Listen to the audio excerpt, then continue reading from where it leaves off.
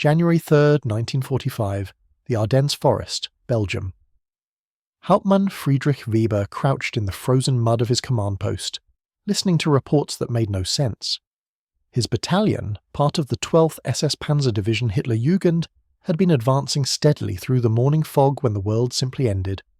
3 companies, over 400 men, vehicles, and equipment had been swallowed by fire and steel in less than 8 minutes. The radio operator, his hands shaking, repeated the message from what remained of 2nd Company. "They're gone, Herr Hauptmann, all of them. The bombardment, it was like nothing I've ever seen. The shells came so fast there was no gap between explosions, just continuous thunder. When it stopped, there was nothing left but craters and smoke." Weber had fought on the Eastern Front. He'd survived Kursk, where Soviet artillery had hammered German positions for hours. He thought he knew what concentrated firepower meant. He was wrong. What Weber and thousands of German soldiers were experiencing in the winter of 1944 and 1945 was the culmination of American industrial and tactical genius, a revolution in artillery warfare that made previous bombardments look like fireworks displays. The United States had transformed artillery from a supporting weapon into an instrument of mass annihilation, and German soldiers were discovering this truth in the most terrible way possible. The story of American artillery dominance begins not on European battlefields, but in the factories, proving grounds and training centers of the United States, where a combination of technological innovation, industrial capacity, and tactical doctrine created a system that remains unmatched in military history. In September 1939, when Germany invaded Poland, the United States Army ranked 19th in the world, smaller than Portugal's. Its artillery consisted largely of French 75mm guns from World War I. The doctrine was outdated, the equipment obsolete, and the training peacetime casual. 5 years later, American artillery would be delivering coordinated fire missions involving hundreds of guns, placing thousands of rounds on target with accuracy measured in yards, all within minutes of a fire request. The transformation was nothing short of revolutionary. At the heart of this revolution was a single innovation that changed everything: the Fire Direction Center, or FDC. Before the FDC system, artillery operated much as it had since Napoleon. Forward observers spotted targets, calculated rough coordinates, called back to individual gun batteries, and each battery computed firing data independently.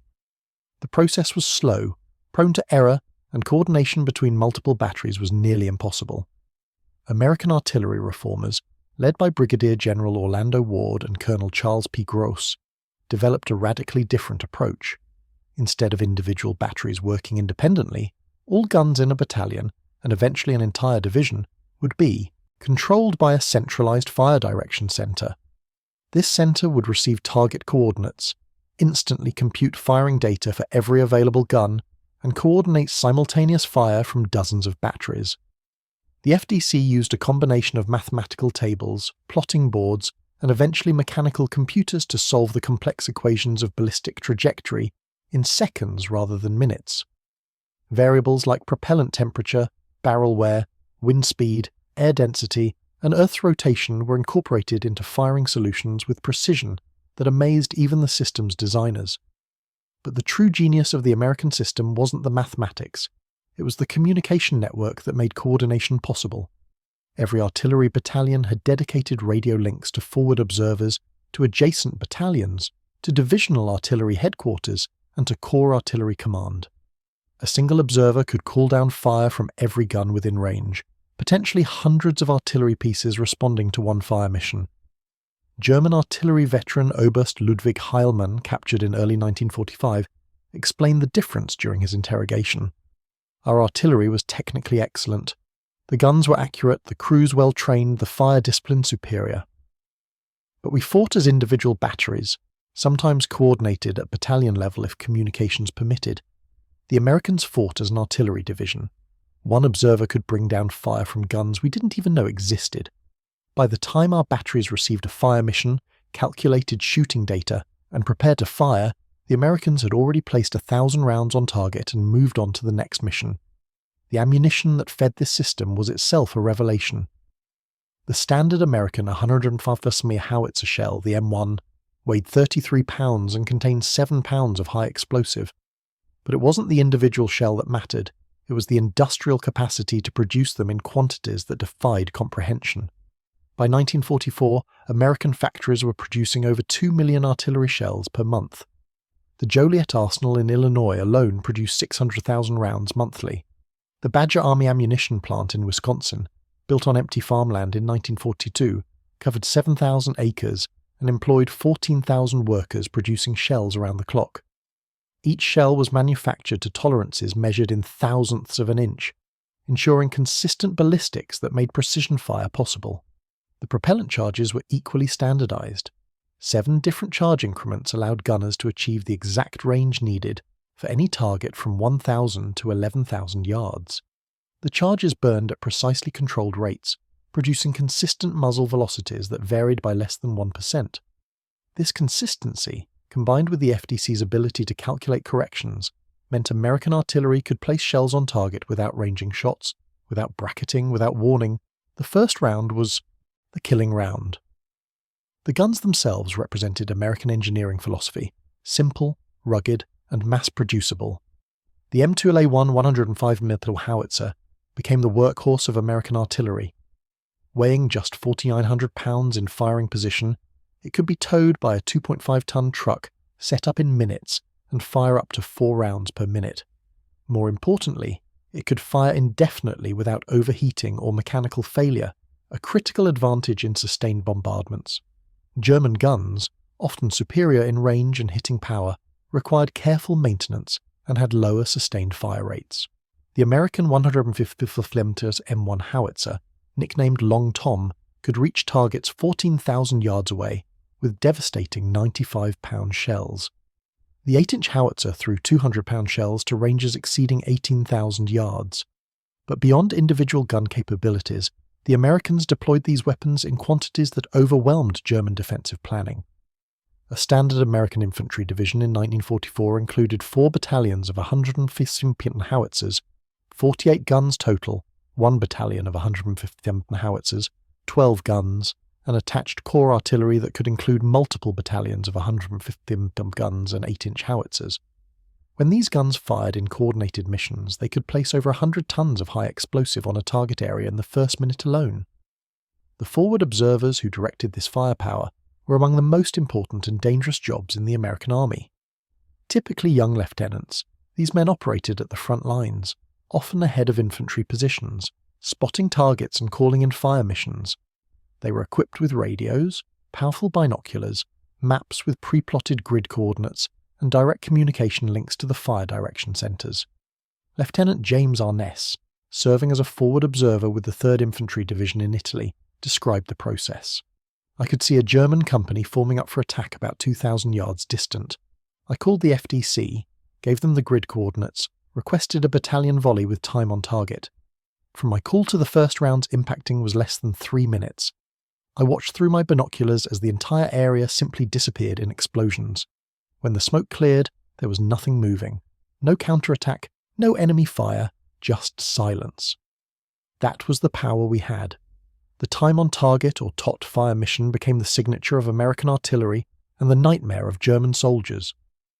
In a TOT mission, firing data was computed so that shells from multiple batteries, sometimes dozens of guns spread across miles of terrain, would impact simultaneously. Guns closer to the target used lower charges and higher trajectories. Guns farther away used maximum charges and flatter trajectories.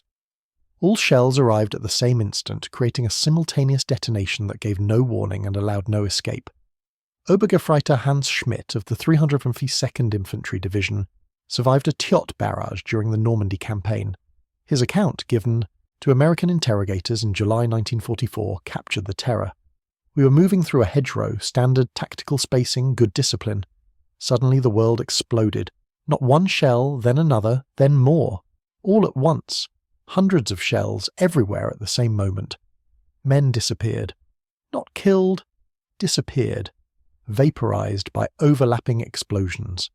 The sound was beyond description. Not individual blasts, but one continuous roar that ruptured eardrums and stopped hearts. When it ended, after perhaps 2 minutes, our company had ceased to exist. Of 140 men, fewer than 30 could stand. We never heard the guns. We never had warning. We simply died.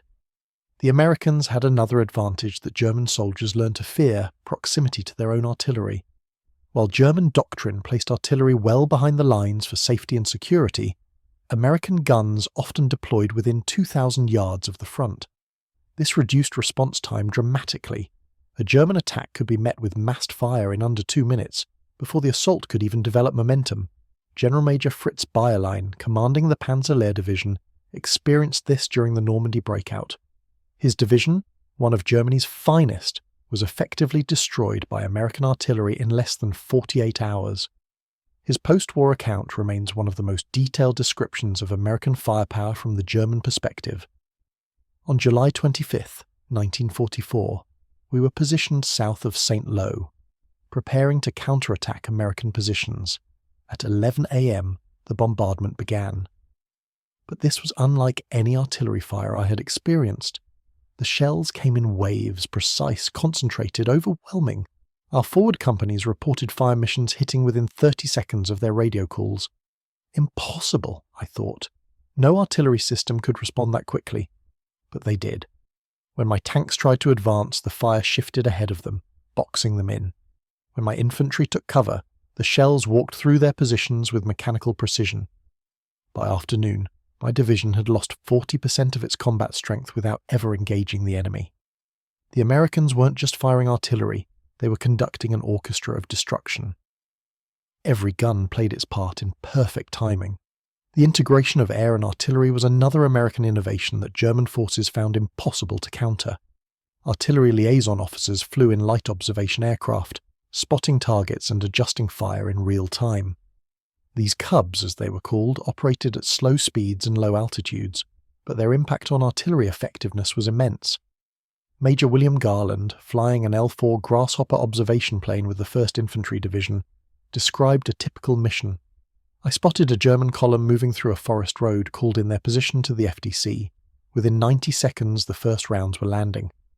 I could see they were 50 yards left, called the correction, and the next volley was perfect. The entire column, maybe 30 vehicles and 200 men, was destroyed in 4 minutes. I watched men running in panic trying to escape, but there was nowhere to go. The shells followed them. After that mission, I saw German troops abandon vehicles at the first sound of my aircraft. They knew what came next. The ammunition variety available to American gunners gave them options for every situation. High explosive shells for general destruction, white phosphorus for marking targets and creating smoke, armor-piercing for direct fire against fortifications, proximity-fused shells that detonated above ground, showering fragments over wide areas. The VT or variable time proximity fuse represented a quantum leap in artillery effectiveness. Developed in absolute secrecy, these shells contained miniature radar sets that detected the ground and detonated at optimum height for maximum fragmentation. A standard high explosive shell created a lethal radius of about 30 yards. A VT-fused shell increased this to 100 yards. Against troops in the open, the effectiveness increase was estimated at 700%. German troops had no defense against proximity-fused shells. Foxholes and trenches that protected against standard shells were useless when the explosion occurred overhead. The psychological impact was devastating. German combat reports from late 1944 repeatedly mention shells that exploded in mid-air, creating casualties that traditional defensive measures couldn't prevent. Lieutenant Karl-Heinz Bosker of the 276th Infantry Division wrote in his diary in December 1944, "The American shells now explode above us. Digging deeper provides no safety. The fragments rain down like steel snow. Men are killed in positions that should be secure. We call them Fliegenbomben, fly bombs, because they burst in the air. No one feels safe anymore. Every shell could be one of these devils. The morale effect is worse than the casualties." The artillery school at Fort Sill, Oklahoma, became the factory that produced the men who would operate this system. By 1944, over 2,000 officers were graduating monthly, trained in fire direction, forward observation, and the complex mathematics of ballistic computation. The training was intensive, practical, and emphasized speed and accuracy. Unlike German artillery training, which focused on technical excellence and formal procedures, American training emphasized flexibility and rapid response. Officers were taught to make quick decisions with imperfect information, to coordinate with other arms, and to maintain continuous fire rather than perfect fire. This philosophy of good enough now beats perfect later proved devastatingly effective in combat. Sergeant Joseph Pieri, a fire direction computer with the 32nd Field Artillery Battalion, described the training. They drilled us until the calculations became automatic. Grid coordinates to firing data in 30 seconds or you did it again. We practiced under stress with instructors yelling, with time limits, with incomplete information. They wanted us to be fast more than perfect. In combat, I understood why. Speed meant we could hit German forces while they were exposed, moving, vulnerable. Waiting for perfect data meant the target escaped. The logistical system supporting American artillery was itself a marvel that German forces couldn't match. Ammunition supply was automated and continuous. Trucks brought shells forward in a steady stream. Empty brass was collected and recycled. Damaged guns were quickly replaced from divisional reserves. An American artillery battalion could sustain high rates of fire indefinitely, limited only by barrel wear and crew fatigue, not ammunition supply. German artillery, by contrast, operated under constant ammunition restrictions. Even when guns and crews were available, shells were rationed. A German battery might be limited to 50 rounds per day. An American battery could fire 500 rounds in a single mission and be resupplied the same day. Oberst Alfred Topp, a German artillery commander captured in March 1945, explained the disparity. By 1945, my battalion had adequate guns and well-trained crews. What we lacked was ammunition. We would receive our daily allocation, perhaps 200 rounds for 12 guns. We had to conserve every shell, fire only at critical targets, calculate every mission to minimize waste. Meanwhile, American artillery fired thousands of rounds daily. They could afford to saturate areas we could only snipe at. It wasn't tactical superiority, it was material abundance. They could waste ammunition on marginal targets, while we had to husband every round for existential threats. The impact on German defensive planning was profound. Traditional defensive doctrine relied on artillery to break up enemy attacks, to create defensive fire zones that channeled attackers into kill areas. But when every German shell was answered by 50 American shells, defensive artillery became suicidal. Firing revealed positions that were immediately smothered by overwhelming counter-battery fire. By late 1944, German artillery had largely gone silent, not from lack of guns or skill, but from the simple reality that firing meant annihilation. American counter-battery radar and flash-spotting units could locate firing positions within seconds. The SCR-584 radar, originally designed for anti-aircraft fire, was adapted to track the trajectory of artillery shells and compute the firing position. Combined with sound and flash ranging, American counter-battery units could place devastating fire on German artillery positions within 2 minutes of their first shot. Hauptmann Werner Stappenbeck, commanding our 105 mm battery in the Hürtgen forest, described the impossible situation. We would fire a mission, perhaps 6 rounds per gun. Before we could even limber up to move, American counter-battery fire would arrive. Not a few shells, hundreds. Our position would be obliterated. We lost 3 guns in 1 day. After that, we stopped firing, unless the target was worth losing the battery. Eventually, we stopped firing at all. The guns sat silent while American artillery pounded our lines unopposed. The famous serenade, as American soldiers called sustained artillery bombardments, could last hours. German positions would be systematically destroyed section by section with methodical precision. Forward observers would spot a bunker, call in fire, observe the destruction, then move to the next target. The guns never stopped. The shells never ceased. Private First Class Eugene Sledge, serving with the 1st Marine Division in the Pacific, described watching naval and artillery bombardment before an assault. The shelling went on so long we stopped paying attention. It was just continuous noise, continuous explosions on the enemy positions. When we finally advanced, there was nothing left. The Japanese positions we'd been told to assault didn't exist anymore. They'd been removed from the earth. That was when I understood what American firepower meant. We didn't fight battles, we demolished obstacles. In Europe, German soldiers developed a fatalistic attitude toward American artillery. Diaries and letters captured throughout 1944 and 1945 repeatedly mention the impossibility of surviving sustained bombardment. The psychological stress of being unable to fight back, of having no defense, of watching positions disappear under avalanches of steel, broke units before infantry even attacked. Gefreiter Otto Carius, who had survived the war as one of Germany's most successful tank commanders, wrote about artillery in his memoir. The Russian artillery was heavy, constant, and terrifying, but the American artillery was precise, coordinated, and inescapable. The Russians would saturate large areas, the Americans would systematically destroy specific targets. Both were deadly, but the American method was somehow more demoralizing. You knew they could see you, target you specifically, and there was nothing you could do about it. Your position, your vehicle, your life could end at any moment based on calculations being performed miles away by men you would never see. The Battle of the Bulge in December 1944 provided the ultimate demonstration of American artillery superiority. When German forces achieved initial surprise and territorial gains, American artillery was the stabilizing force that prevented breakthrough. Despite being caught off balance, despite loss of prepared positions, despite winter weather that grounded air support, American artillery continued functioning with devastating effectiveness. At Bastogne, the 101st Airborne Division's defense was made possible by artillery. The division's organic artillery, reinforced by attached battalions, created defensive fire zones that German attacks couldn't penetrate. General-Lieutenant Heinrich Freiherr von Luetwitz, commanding the 47th Panzer Corps attacking Bastogne, reported to his superiors that American artillery made the position impregnable. Every attack route is covered by pre-registered artillery fire. The moment our forces move, they are engaged by massed fire from unseen batteries. We are not fighting one division, we are fighting an artillery fortress. The siege can only succeed if we can silence their guns, and we lack the ammunition to do so. The artillery defence of Bastogne consumed over 10,000 shells daily. German forces surrounding the town fired perhaps 1,000 shells total during the entire siege. The disparity was absolute.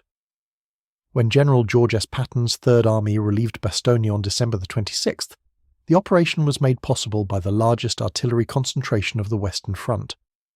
Over 300 guns from multiple corps fired coordinated missions that cleared approach routes and shattered German defensive positions.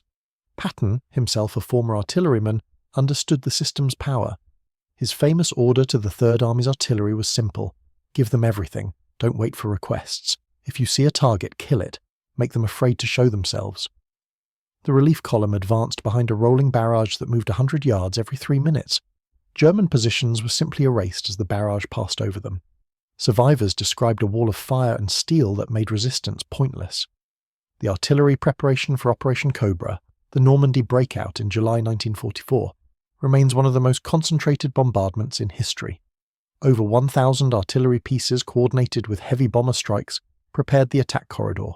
In 30 minutes, more explosives were delivered to the target area than Germany expended in entire weeks of operation. General Fritz Bayerlein's Panzerlehr Division, positioned directly in the bombardment zone, effectively ceased to exist as a combat formation. Bayerlein survived to describe it. The world came to an end. For 30 minutes, nothing existed but explosions. The earth shook continuously, vehicles were tossed like toys, bunkers collapsed, men went mad from the noise alone. When it stopped, silence was worse than sound. My division, one of the best equipped in the Wehrmacht, was combat ineffective without having fought. The Americans then advanced through positions we could no longer defend. By late 1944, German tactical doctrine had evolved around avoiding American artillery. Units moved only at night.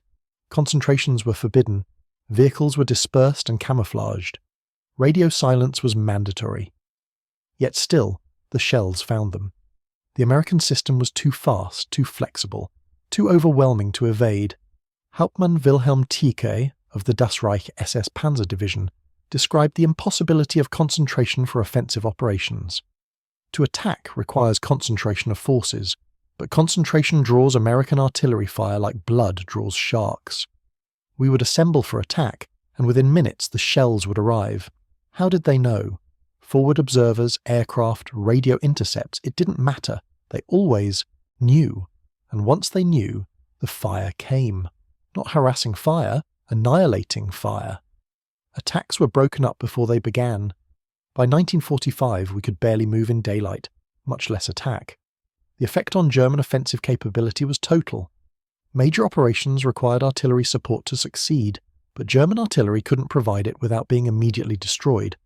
American operations, by contrast, could rely on artillery to solve almost any tactical problem. Strongpoint blocking advance. Artillery would reduce it. Enemy counterattack forming. Artillery would shatter it. Infantry pinned down. Artillery would suppress the enemy. The famous radio call Willie Peter, requesting white phosphorus shells, became synonymous with American tactical flexibility. White phosphorus created instant smoke screens, marked targets for airstrikes, and inflicted horrific casualties on troops caught in the open. The chemical burned at over 5,000 degrees Fahrenheit and couldn't be extinguished with water. German troops feared it more than high explosive. Unteroffizier Paul Hauser, captured in April 1945, described white phosphorus in his interrogation. The Amis, the Americans, would fire these shells into positions they wanted us to abandon. The white smoke would cover everything, and wherever it touched your skin, it would burn through. Water made it worse. Men would scream, tear off their uniforms, run into open ground where machine guns would kill them. A few white phosphorus shells would clear positions that hours of high explosive couldn't touch. It was terror made chemical. The ammunition expenditure rates of American artillery seemed impossible to German observers. A single American infantry division could fire more artillery shells in one day than an entire German army corps expended in a week. The statistics were staggering. During the Battle of the Bulge, American artillery fired over 1 million rounds in December 1944 alone. The entire German artillery arm on the Western Front fired approximately 500,000 rounds in the same period. The First Army Artillery fired 800,000 rounds during the first 2 weeks of January 1945. German artillery, carefully rationing ammunition, fired less than 100,000 rounds on all fronts during the same period. Each American artillery round represented industrial capacity that Germany couldn't match. The propellant required petroleum products Germany lacked. The high explosives required chemical facilities operating at full capacity. The brass shell casings required copper from global markets Germany couldn't access. The precision manufacturing required machine tools and skilled workers deployed elsewhere. But beyond the material, the American system worked because of doctrine, training, and communication. 3 elements that Germany failed to match even when ammunition was available. The fire direction center concept required trust in centralized control. German military culture, emphasizing individual commander initiative, resisted such centralization. Forward observation required radio communication that German military doctrine had long distrusted, preferring landlines that were vulnerable to bombardment. Massed fires required cooperation between units that German rigid command structures made difficult. General d'Artillerie Walter Warlimont, deputy chief of the Wehrmacht operations staff, wrote in his post-war analysis, "The Americans created an artillery system that was more than the sum of its guns. They built a network of observation, communication, computation, and firepower that functioned as a single weapon. Our artillery, gun for gun, was technically equal or superior. But we never created the system that made their artillery so devastating. We treated artillery as a support arm. They made it the decisive arm." The famous phrase, "artillery lends dignity to what would otherwise be a vulgar brawl," was modified by American soldiers to, "artillery ensures the other guy doesn't show up to the brawl." The preemptive destruction of enemy forces before they could engage became standard American tactical doctrine. Why risk casualties in close combat when artillery could eliminate the enemy at a distance? Lieutenant Paul Fussell, serving with the 103rd Infantry Division, wrote in his memoir about the relationship between infantry and artillery. "We loved the artillery. They were invisible angels of death who protected us, avenged us, and killed our enemies before we had to face them. When we called for fire, it came. Always. Without fail. In minutes." That certainty, that knowledge that massive firepower was always available, gave us confidence that German soldiers lacked. They fought knowing they were alone. We fought knowing we had the guns. The post-war United States Strategic Bombing Survey interviewed thousands of German soldiers and officers about the effectiveness of various Allied weapons and tactics. Artillery consistently ranked as the most feared and most effective Allied capability. More feared than tanks, more feared than aircraft, more feared than infantry. German estimates suggested artillery caused 60 to 70% of German casualties on the Western Front. The psychological casualties, men rendered combat ineffective through shell shock, were beyond counting. General Oberst Alfred Jodl, chief of the Wehrmacht operations staff, signed Germany's unconditional surrender on May 7, 1945. During his war crimes trial at Nuremberg, he was asked what single Allied capability had been most decisive. His answer, without hesitation, was artillery. He explained, "We could fight the Allied tanks with our anti-tank weapons. We could fight their aircraft with our flak. We could fight their infantry with our machine guns. But we had no answer to their artillery. The weight, the precision, the coordination, the endless supply of ammunition, these factors made it impossible to defend effectively or attack successfully. Every operation we planned had to account for Allied artillery superiority, and there was no accounting for it. It was omnipresent, overwhelming, and unstoppable." The numbers support his assessment. American forces in Europe fired approximately 30 million artillery shells between D-Day and VE Day. These shells represented 6 million tons of steel and explosives delivered with precision on German positions. The industrial capacity required to produce, transport, and expend these shells, while simultaneously fighting a global war across multiple theatres, demonstrated American material superiority in absolute terms. The lesson German forces learned too late was that modern warfare had become industrial warfare. Victory belonged not to the bravest soldiers or the best tactics, but to the nation that could produce and deliver overwhelming material superiority. Artillery, requiring vast industrial infrastructure, massive logistical networks, and sophisticated technical systems, became the ultimate expression of industrial warfare. Staff Sergeant Audie Murphy, America's most decorated soldier, participated in numerous artillery-supported operations during his service in Europe. In his memoir, To Hell and Back, he wrote about calling in artillery fire during the desperate defence at Holzwehr. "I called in fire practically on top of our own position. The shells landed so close, the concussion knocked me down, but they stopped the German attack cold. When the barrage lifted, there was nothing moving out there but smoke. The guns had saved us. They always saved us." That's what it was like, fighting with American artillery.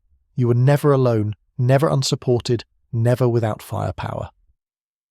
By early 1945, German soldiers referred to American artillery as the Blitzkrater, the lightning crater, in bitter mockery of their own blitzkrieg doctrine. The Germans had pioneered lightning war, rapid, mechanized advance supported by air power. The Americans had perfected lightning destruction, instantaneous coordinated firepower that eliminated enemy forces before they could react. The artillery preparation for the Rhine crossing in March 1945 demonstrated the system's maturity. Over 2,000 guns fired coordinated missions that suppressed German positions, created smoke screens, destroyed fortifications, and cut off reinforcement routes simultaneously. The bombardment was so precise that infantry crossed the river under protective fire that landed within 50 yards of their boats. German defenders, stunned by the violence and precision of the bombardment, surrendered in massive numbers. Many reported that resistance seemed pointless when American artillery could destroy any position at will. General Major Gerhard Engel, captured during the Rhine crossing, told interrogators, "Your artillery has made the concept of defensive warfare obsolete. Every position we fortify becomes a marked grave. Every concentration of forces becomes a target. Every movement draws fire. We cannot defend what you can destroy at will." The final campaigns of the war saw German forces avoiding combat when possible, surrendering when cornered, and fleeing when able. The overwhelming superiority of American artillery had made conventional resistance suicidal. Young German soldiers, rushed to the front with minimal training in the war's final months, often broke and ran at the first incoming shells. Veterans, knowing the impossibility of survival under sustained bombardment, frequently chose surrender over fighting. The artillery had broken not just German defensive positions, but German will to resist. Lieutenant Karl Hermann, one of the last officer candidates trained by the Wehrmacht, reached the front in April 1945. His combat experience lasted less than 4 hours before his unit surrendered. His diary entry for that day captured the final disillusionment. "We were told to hold a village against the American advance. Our position was never mentioned on maps, barely visible from the road. How could they know we were there? Yet within an hour of taking position, the shells began falling. Precise, methodical, devastating. The buildings we occupied simply ceased to exist. Men were buried in rubble or torn apart by fragments. No American soldier had appeared, no tank, no aircraft. Just shells, endless shells, falling with mechanical precision until nothing remained worth defending. The company commander raised a white flag. We stumbled out into the open, hands raised, grateful to be alive. This was modern war. Not combat between soldiers, but industrial process, and we were the raw material being processed into casualties. The final accounting of American artillery in World War II reveals a system that redefined warfare itself. The Fire Direction Center transformed artillery from individual batteries into coordinated networks. The radio communication system enabled instant response to enemy action. The ammunition production capacity ensured sustained operations indefinitely. The Forward Observer system integrated artillery with maneuver forces. The result was a weapon that combined the destructive power of strategic bombing with the precision of rifle fire and the responsiveness of small arms.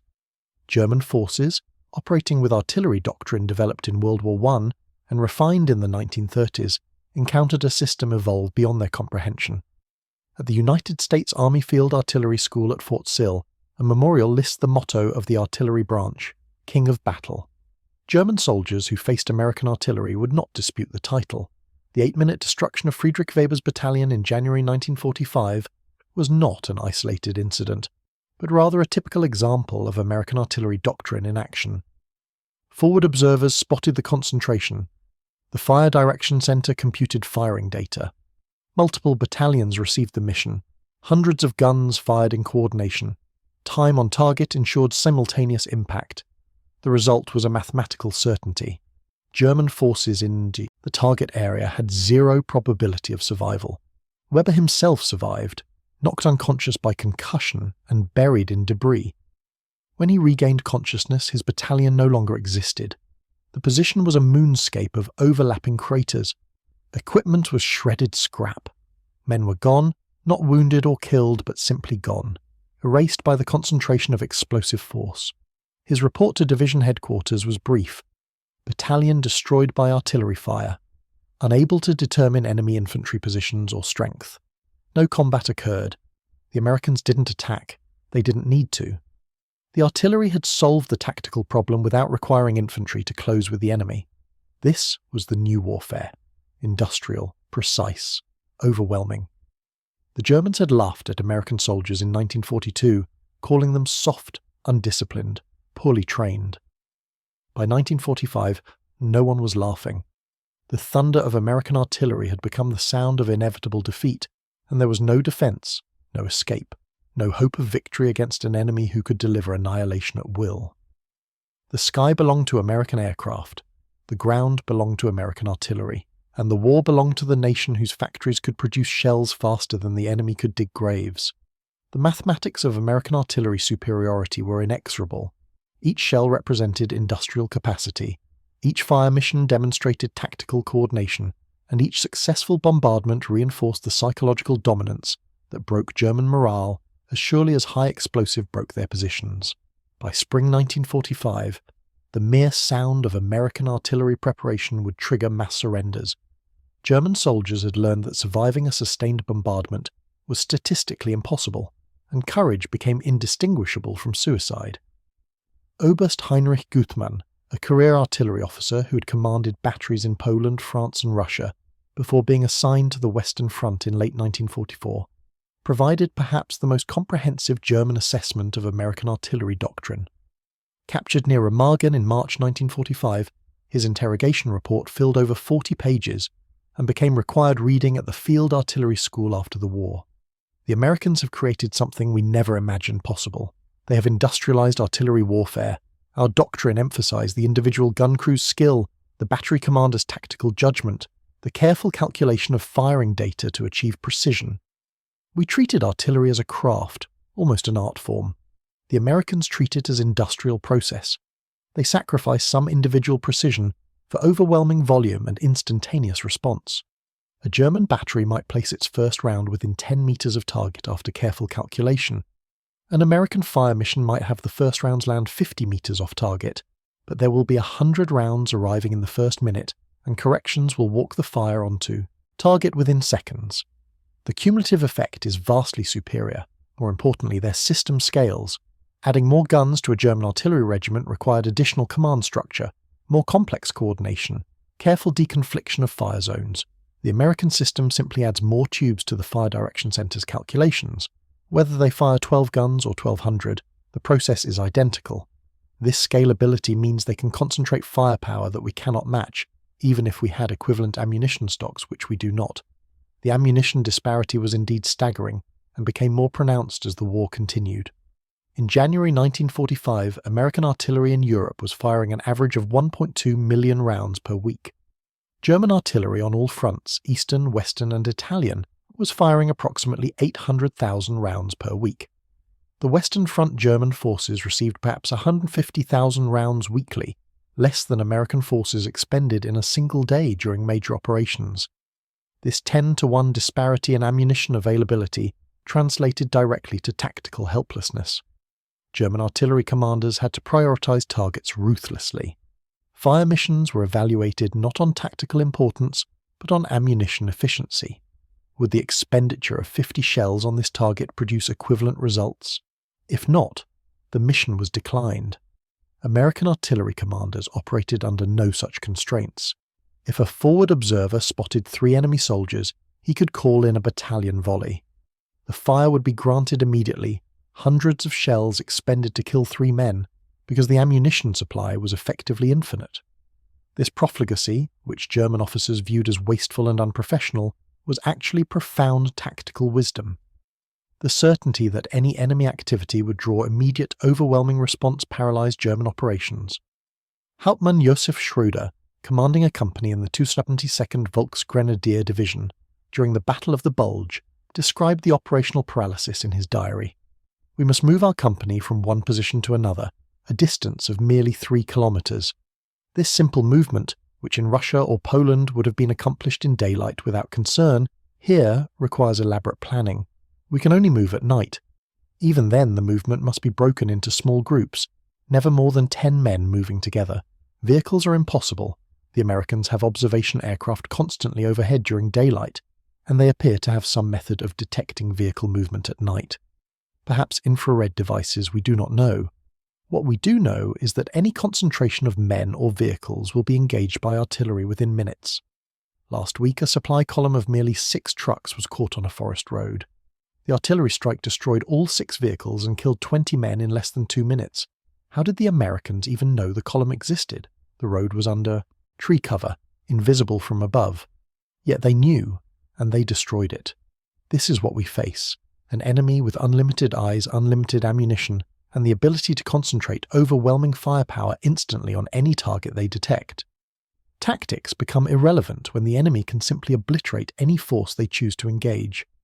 The integration of artillery with air observation had indeed reached levels of sophistication that German forces found uncanny. The L-4 Grasshopper and L-5 Sentinel aircraft, slow and unarmed, operated in coordinated patterns that kept constant observation over German positions. These aircraft flew too low and slow for German fighters to intercept effectively, and operated in areas where American air superiority had eliminated German fighters entirely. The pilots, often artillery officers themselves, understood what targets mattered, and could adjust fire with precision that ground observers could not match.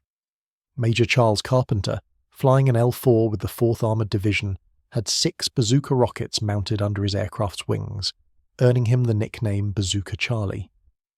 But his primary weapon remained the radio link to divisional artillery. Carpenter's after-action reports described the hunter-killer relationship between air observers and artillery. "I would patrol assigned sectors looking for targets of opportunity. German doctrine required them to move supplies and reinforcements during our aircraft's refueling periods, typically early morning and late afternoon. They believed they had windows of safety. They were wrong. I would remain on station past normal refueling time, running my tanks nearly dry, waiting for them to move. When they did, believing themselves safe, I would mark the target with white phosphorus from my wing rockets and call in the coordinates to the FDC. Fire missions would be granted within 60 seconds. The Germans would realize too late that they were under observation. I watched columns simply disappear under the bombardment, vehicles overturned, men running into forests where the shells followed them. The psychological effect was cumulative. By late 1944, German forces in my sector had essentially stopped moving, even at night. They were immobilized by fear of observation and the artillery it would bring. The white phosphorus marking technique became standard procedure across American artillery units. The brilliant white smoke was visible for miles and provided unmistakable reference points for gunners. More importantly, the chemical effect of white phosphorus made it a weapon in itself. Gefreiter Werner Pluskat, who survived white phosphorus attacks during the Normandy campaign, described the weapon's unique horror in his post-war account. High explosive kills you quickly if you are unlucky enough to be close to the detonation. Shrapnel wounds, while terrible, can be treated if you receive medical care. White phosphorus is different. It burns through cloth, through leather, through skin, through muscle, all the way to bone. Water does not extinguish it, in fact makes it worse. The only method is to cut away the burning fragments with a knife, cutting away your own flesh to remove the chemical. Men who have never made a sound under fire will scream endlessly when white phosphorus touches them. The Americans knew this. They used white phosphorus not just for marking, but for terror. A few shells into a position, and men would abandon it, preferring to face machine gun fire in the open rather than burn alive in their foxholes. We learned to fear the white smoke more than anything else they fired at us. The proximity fuse, introduced in late 1944, represented another quantum leap in artillery lethality that German forces had no counter for.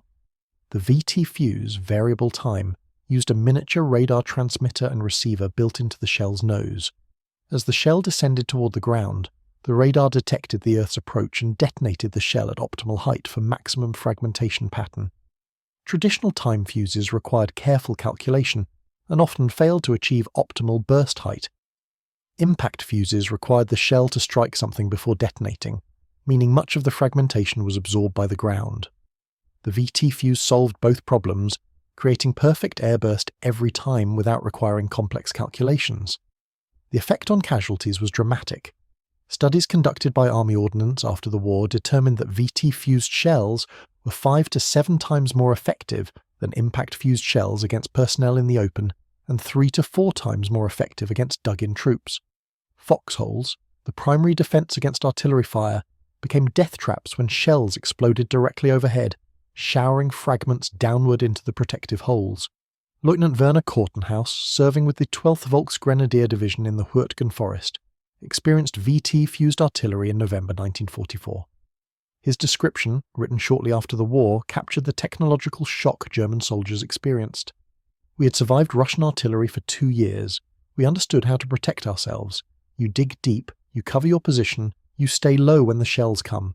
Standard artillery might land 1 shell in 10 in your immediate area, and of those, perhaps 1 in 10 would have the correct fuse timing to burst at lethal height. The odds of survival were acceptable. Then the Americans introduced a new shell. We could tell immediately it was different. Every shell, not 1 in 10, but every single shell, would explode perhaps 10 meters above the ground.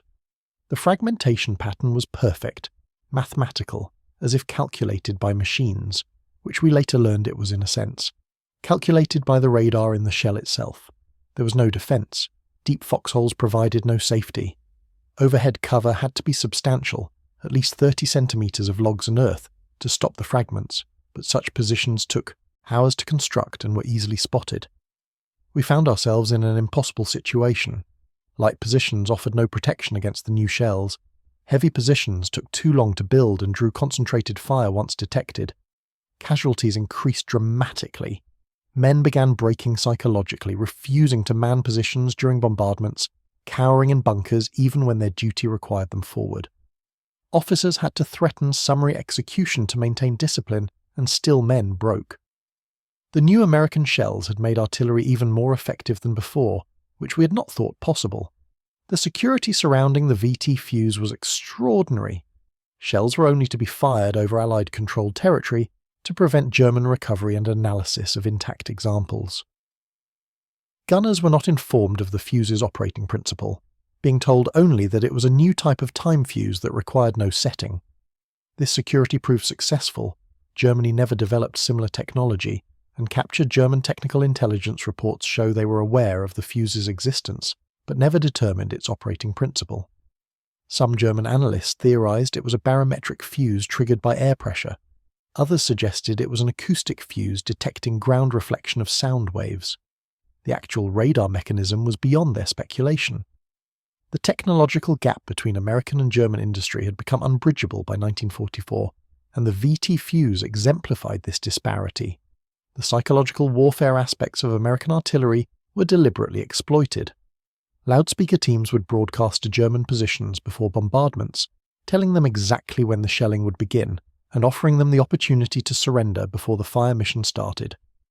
Initially, German troops dismissed these broadcasts as propaganda and remained in position. After experiencing several announced bombardments that began precisely on schedule and delivered exactly the devastating fire promised, attitudes changed.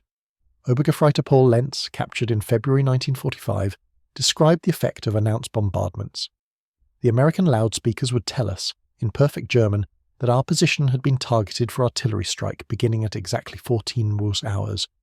We were informed that we had until 13:45 to display white flags and approach American lines with hands raised. After 13:45, any movement would be engaged. At 14 joules, the bombardment would begin and continue until our position was destroyed. The first time we heard this, we laughed. Propaganda, we thought, attempting to frighten us into surrender.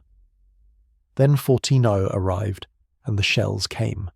Hundreds of shells, thousands perhaps, falling precisely on our position for 15 minutes. When it stopped, half our company was dead or wounded. The survivors were in shock. The next day, the loudspeakers made the same announcement. This time, men began to whisper about surrendering. The officers forbade it, threatening to shoot deserters. At 14:00, the shells came again. This continued for 4 days. Each day, an announcement, a deadline, then devastation. On the 5th day, when the loudspeakers spoke, men began walking toward American lines with white flags before the officers could stop them. The officers, realizing they could not prevent it, joined the surrender. The Americans had broken us not through battle, but through the certainty of destruction. They had made resistance pointless. The firepower available to even small American units would have astounded military planners from earlier eras. A single American infantry company, 200 men, could call upon the fire support of an entire divisional artillery, potentially 60 guns. If the situation warranted, corps artillery could be added, bringing the total to several hundred guns responding to one company's fire request. This inverted the traditional military hierarchy where firepower was concentrated at high command levels and parceled out grudgingly to subordinate units. American doctrine pushed firepower authority down to the lowest possible level. Any officer, even a second lieutenant serving as forward observer, could request and receive corps-level artillery support if he could justify the target's importance. This decentralization of firepower authority was possible only because of the abundance of ammunition and the sophistication of the fire direction system. German doctrine, operating under ammunition scarcity, could never permit such delegation. A German battalion commander might request divisional artillery support and be denied because the shells were needed elsewhere. An American lieutenant could bring down a divisional artillery strike because a machine gun nest was delaying his platoon's advance. Captain James Burt, commanding a company in the 66th Armoured Regiment during the drive across Germany, described the casual deployment of enormous firepower. We encountered a German strongpoint in a village, probably a platoon with machine guns and Panzerfausts in stone buildings. In Russia, this might have required an elaborate assault with tank support, infantry coordination, probably significant casualties. I called my forward observer, pointed out the buildings, and requested fire. Within 3 minutes, divisional artillery was hitting the village. We fired perhaps 200 rounds, the buildings collapsed, and we drove through without resistance. Total time from identification to elimination, less than 10 minutes. Total American casualties, 0. This was standard procedure. We didn't assault positions, we eliminated them. The artillery was so responsive, so abundant, that infantry combat became almost obsolete. Why risk men when shells could solve the problem? The effect on German tactical doctrine was profound and ultimately paralyzing. Traditional military tactics assumed that artillery preparation would signal an attack, giving defenders time to take cover, wait out the bombardment, then man positions to repel the assault. American doctrine had evolved beyond this predictable pattern. Artillery fire might precede an attack, or it might be unrelated to infantry movement. It might last 2 minutes or 2 hours. It might stop and resume without warning. The unpredictability prevented German forces from developing effective responses. During the Normandy campaign, American forces developed the tactic of false preparations. Artillery would bombard German positions as if preparing for an assault, then stop. German troops would emerge from cover to man defensive positions, expecting the infantry attack. Instead, a second, heavier bombardment would catch them in the open. After several repetitions of this tactic, German troops learned to remain under cover after bombardment ceased, waiting to see if more shells would come.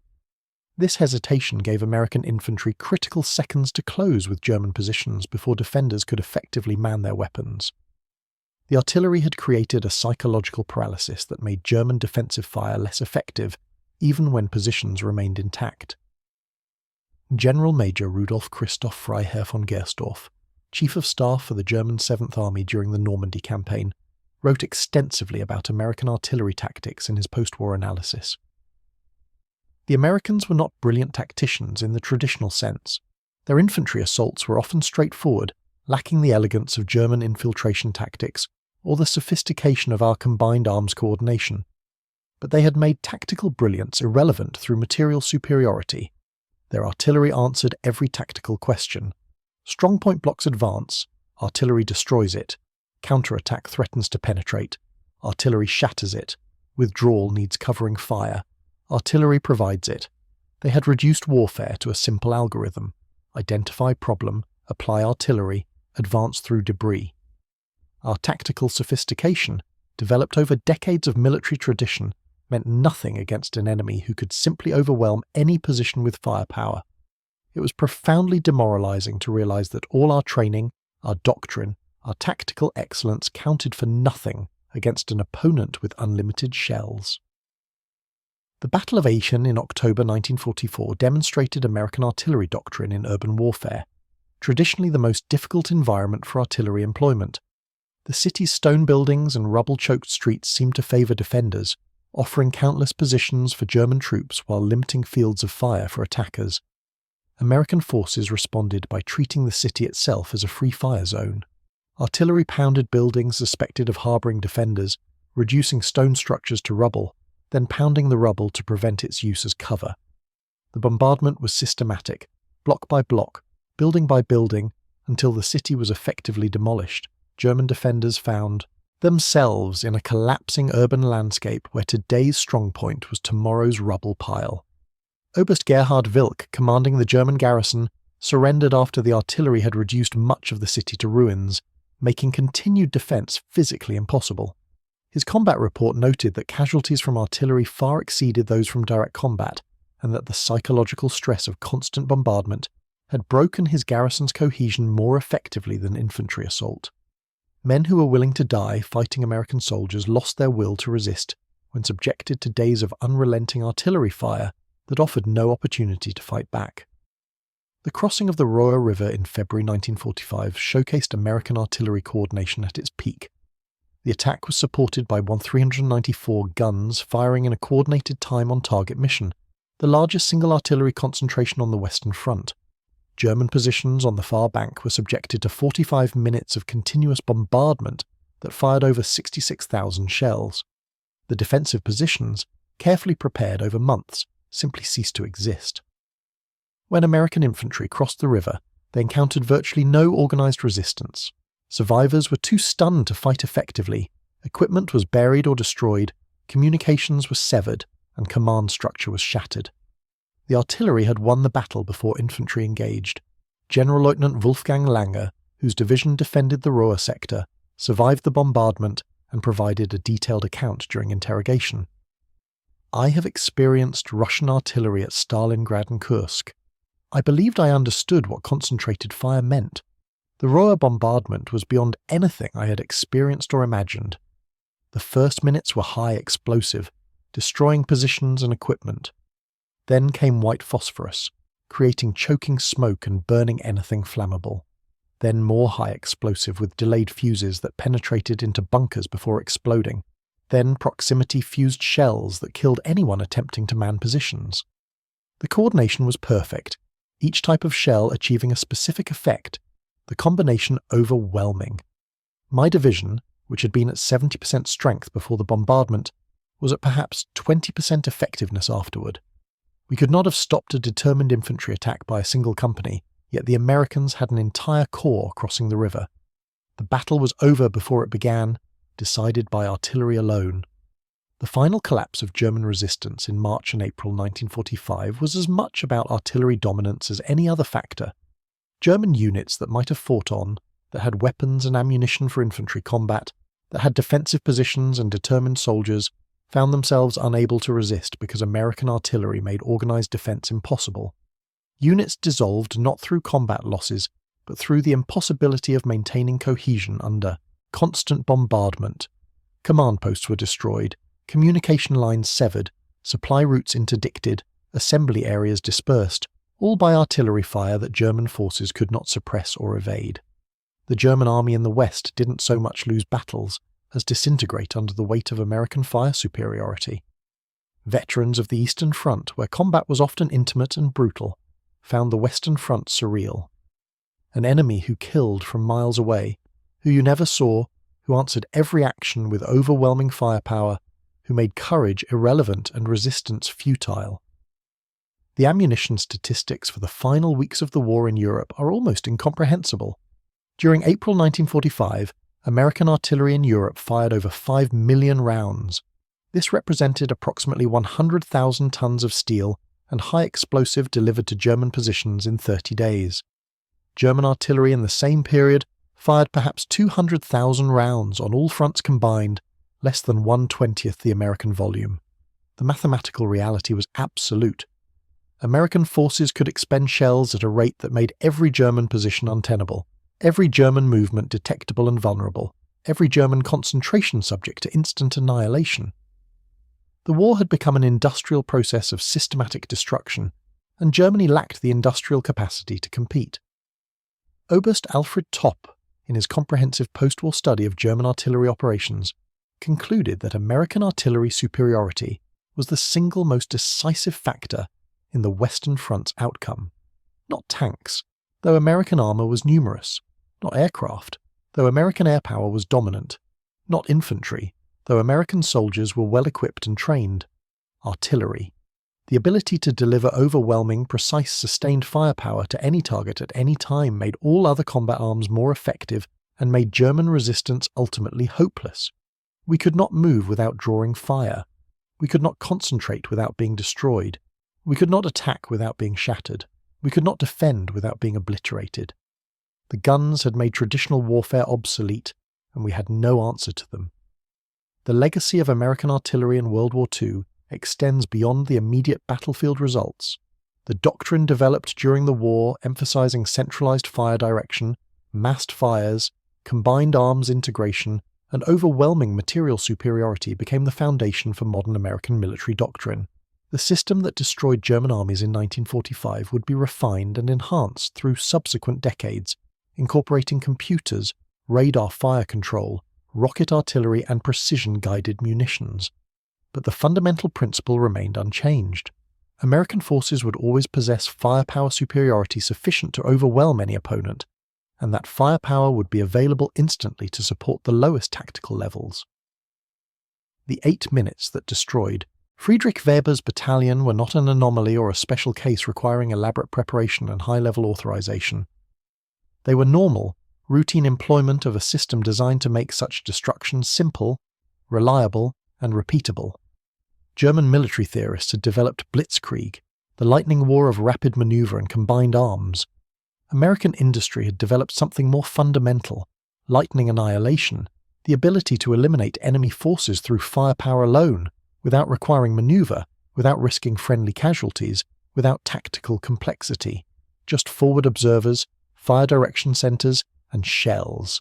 Lots and lots of shells. The thunder of American artillery in World War II was the sound of industrial civilization applying its full power to warfare, and no traditional military force could stand against it.